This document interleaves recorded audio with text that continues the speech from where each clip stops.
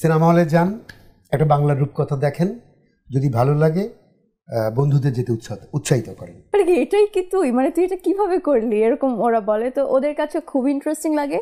মণিমণি দুবার, শরীফুল রাজ দুবার, চঞ্চল দুবার, ইরেশ দুবার, দেন মন্দিরের একটা চান্স।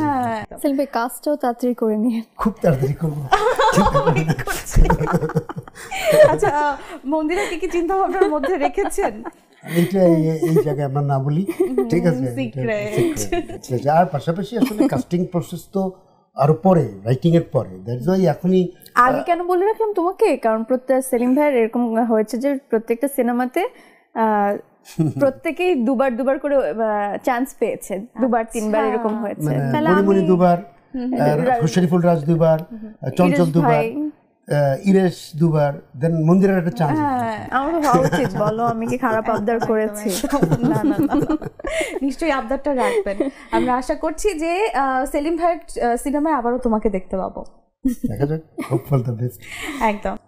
এই যে দর্শকরা বলছে খুব ভালো কাজ হয়েছে, ফ্যামিলি ফ্রেন্ডস তারাও নিশ্চয়ই বলেছে খুব ভালো কাজ করেছো, কেমন লাগে? খুবই ভালো লাগে আসলে। মানে আমি পার্সোনালি যেরকম, মানে সবাই অ্যাজ এ দর্শকও আমাকে এভাবেই দেখছে, মানে সেজে গুজে পুতুলের মতো, কিন্তু আমি পার্সোনাল লাইফে মন্দিরা কিরকম এরা তো একদম আমার ক্লোজ মানুষরা জানে, যেমন আমার ফ্যামিলি, আমার ফ্রেন্ডস। তো ওরা কখনো কল্পনাও করতে পারে না যে আমি কাজলরেখা হয়ে উঠতে পারি আসলে। তখন মানে কি এটাই কি তুই, মানে তুই এটা কিভাবে করলি এরকম ওরা বলে, তো ওদের কাছে খুব ইন্টারেস্টিং লাগে। আর ওরা মানে এটা তো অনেক বছর ধরেই, মানে অনেকটা টাইম গিয়েছে যে রিলিজ হবে হবে হবে করে, তো ওরা আমাকে পাগল বানিয়ে ফেলেছে যে কবে দেখবে মুভি পুরাটুকু। তো এখন যেহেতু রিলিজ হয়েছে, আই থিঙ্ক ওদের এই পাগলামিটা কমেছে।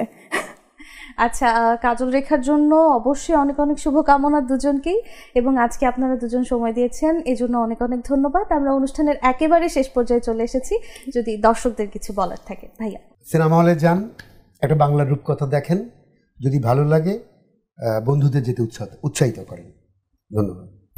আপু, আমাদের কাজলরেখা হলে চলছে, আপনাদের জীবন থেকে একটু সময় বের করে ফ্যামিলি ফ্রেন্ডসদেরকে নিয়ে গিয়ে অবশ্যই সিনেমাটি দেখবেন। অবশ্যই ভালো লাগবে, না লাগার কিছু নেই আসলে। আমার ফেভারিট এর জন্য বললাম, আমি যে কাজলরেখা বলে এই জন্য বলছি না, এমনি একটু দুষ্টুমি করলাম। সবাই মিলে প্রত্যেকটা সিনেমাই দেখবেন, কারণ অনেকগুলো সিনেমা এবার রিলিজ হয়েছে, তার পাশাপাশি আমাদের কাজলরেখাও দেখবেন, উপভোগ করবেন।